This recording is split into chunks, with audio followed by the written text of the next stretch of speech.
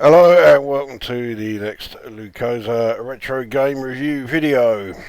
And for this one, we're going back to pretty early on in the Commodore 64's life. This is Robotron 2084, which is a conversion of the Williams coin-op, which came out in '82, and this conversion came out in 1983. As far as I can tell, was by Atari of all people. I was not expecting that. Now, when you consider how fast, how absolutely frantic, and how many objects there are on the screen at any one time in the coin-op original, you'd thought that this is a bit ambitious for Commodore 64, even though it is a relatively simple arcade game. The 64's limitation regarding graphics hardware,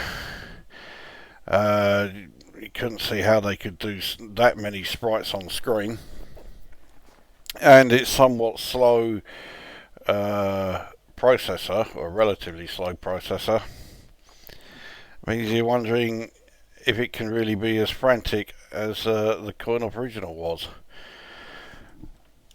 Well, before we start, you can get a bit of a hint here. There are a couple of options with regards to how you play this. You can actually set it up as a two joystick game. That's obviously one controlling movement, one controlling firing direction. But I suspect that the vast majority of people who had this game back in the day only had the one joystick and was only able to play it using the one joystick option. So that is the option that I will use throughout this. So, well, let's get the game underway then.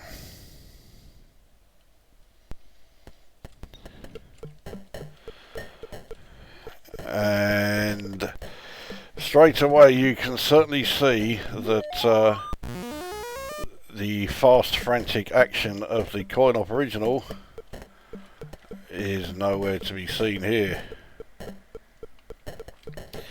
I'll say I'm using this using just the one joystick. Well, actually I'm using keys, but you know, that's the emulation for you. But how it works, if you hold down fire, he would just keep firing in the direction he's moving. Can't. But if you have him moving and then you release the fire button, let's see if I can show it here. Yeah, so I'm not pressing fire now, he'll just keep firing in the direction he was travelling in.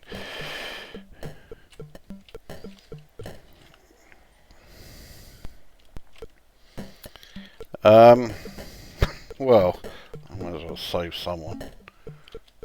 2, fuck it, 3.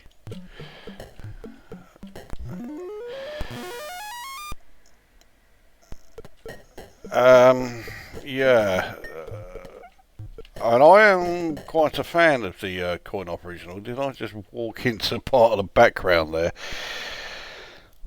We got another game underway. Yeah, I am quite a fan of the arcade original. When I reviewed it, fucking hell, years ago, I massively underrated it. I should have scored it much higher than I did. Try and get maximum bonus. Fuck. There you go. And when I first saw this, I didn't have this back in the day. When I first saw the Commodore 64 conversion, I thought, well, they made the best of a bad job. But the thing is, I thought that having only seen it, not playing it. Now that I have played it, yeah, I'm starting to see issues. It's very quiet. It certainly doesn't sound like the coin-op original.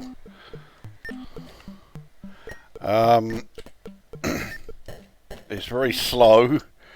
Everyone moves around, you know, a snail's pace compared to the coin-op original. Start another game. And although everyone is instantly recognisable, you know, all of the sprites you can see straight away. Oh yeah, that's definitely Robotron. They all seem quite fat, which might explain why everyone is moving so slowly, because they've all put on a hell of a lot of fucking weight. As if I'm in any fucking position to criticise there.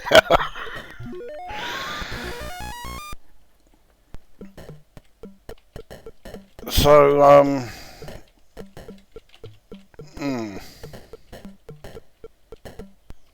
so having now played it, and I can now get the an actual comparison of the gameplay compared to the coin-op, which I was such a fan of. I can safely say, yeah, this version is not that good.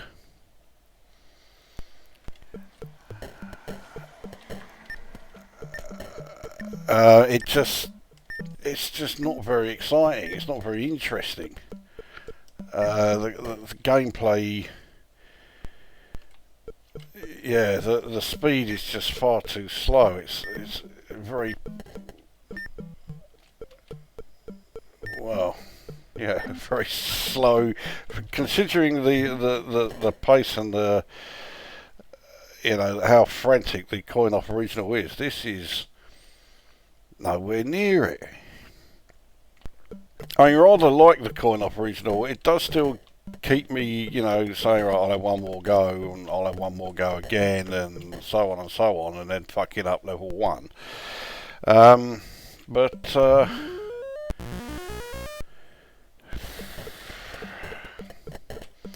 and when you consider these days, you can get, you know, the main ROM, well, relatively easily. There really isn't much reason to be playing this today. I mean, back in the day, it could well have been that, you know, yeah, this was as good as you could hope for. I think your hopes would have been pretty fucking low, though, if you know, this was everything you hoped it would be. Now, there were other versions of Robotron released, like unofficial, you know, releases. And I've been looking at a few other videos of this game. Yeah, I'll have one more go. Online. And I've seen a few people say, oh yeah, there's much better. And there was one title that constantly kept cropping up. Needless to say,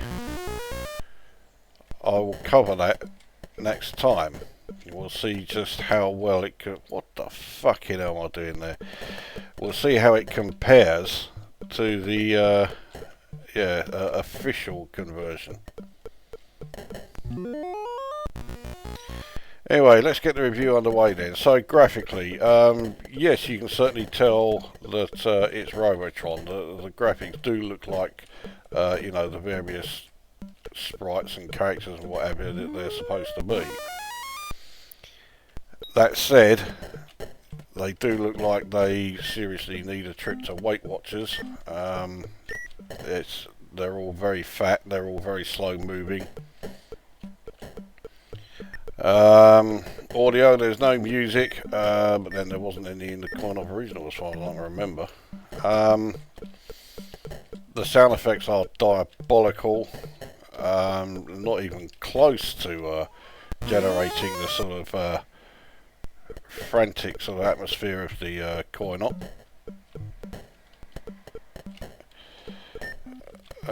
So yeah, sound is awful. The sound quality in general is pretty bad. A lot of the time when you get that, well, I'll call it animation, when you end one level and start another, the the audio most of the time doesn't work properly. It's not as if it's a particularly complicated, audio. There you go. For the 64 to render. I mean, I know that compared to the VIC-20, the Commodore 64 sound effects are not great, but nevertheless, they can be better than these. Speaking of VIC-20, there is a version of this for VIC-20. As far as I can tell, it's for the unexpanded VIC-20, which makes it a damn sight more impressive than this. And it looks pretty much the same as this. It does have the same limitations, but nevertheless, for a game that's coded in the 3.5K, that is not bad. Or was it 5K? I can never remember. I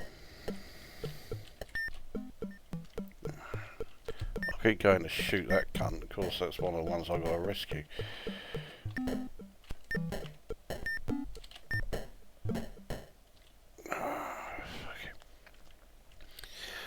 So graphics and sound done.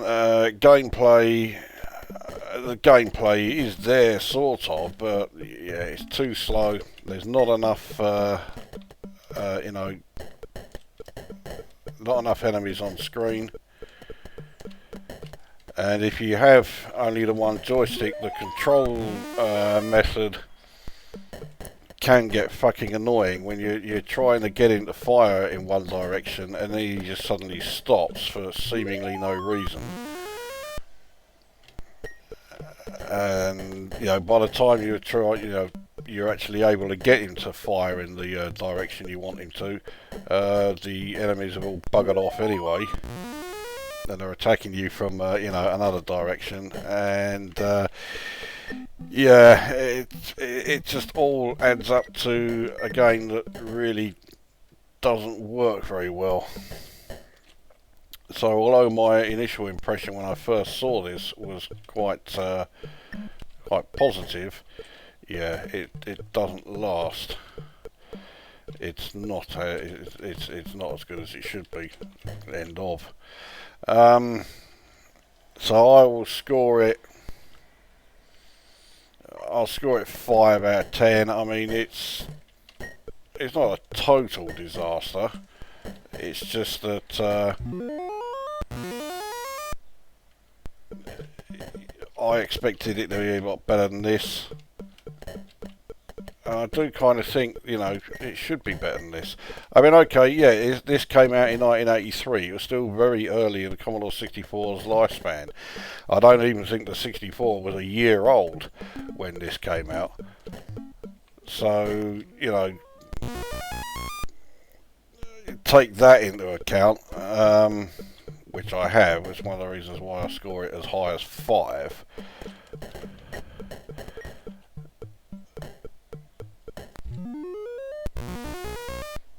But I still think, fuck it. It could have been and should have been better than it is. If you're a fan of, the coin-op original, I would say give it a go. But I mean, these days, if you're a fan of the coin-op original, just get the MAME ROM. You'll enjoy that far more. So that is Robotron 2084 then. He didn't do a very good job of it, really. I thought it would be a lot better than it actually is. It's too slow. There's not enough on screen. It just lacks everything that makes the coin-op, the classic that it is. So that is Robotron 2084 for Commodore 64.